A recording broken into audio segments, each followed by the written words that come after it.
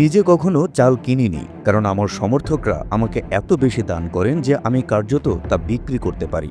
এই মন্তব্য করেছিলেন জাপানের কৃষিমন্ত্রী টাকো ইতো। মুহূর্তেই তার এই মন্তব্য নিয়ে রাজনৈতিক মহলে শুরু হয় তীব্র সমালোচনা। অবশেষে দেশটির রাজনৈতিক দলগুলোর সমালোচনার মুখে পদত্যাগ করলেন টাকো ইতো। পাশাপাশি বললেন, ভোক্তারা যখন ঊর্ধ্বমুখী চালের দামের সাথে লড়াই করছেন, তখন আমি অত্যন্ত অনুপযুক্ত মন্তব্য করেছি। জাপানের চালের বাজারে এই মুহূর্তে চলছে চরম অস্থিরতা। চালের উচ্চ মূল্যের সঙ্গে নিজেদের কোনোভাবে মানিয়ে নিতে পারছেন না দেশটির জনগণ।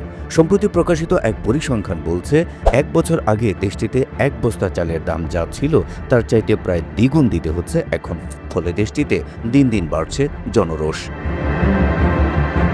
এমনই এক অবস্থায় গত সপ্তাহে এক তহবিল সংগ্রহ অনুষ্ঠানে বক্তব্য রাখতে গিয়ে ইতো বিতর্কিত সেই মন্তব্যটি করেন। তার এই মন্তব্যের পর বিভিন্ন রাজনৈতিক মহলে নিন্দার ঝড় ওঠে।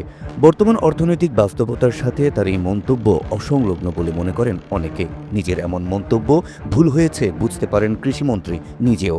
আর তাই প্রধানমন্ত্রী শিগেরো ইশিবার কার্যালয়ে বুধবার সরাসরি পদত্যাগপত্র জমা দেন তিনি।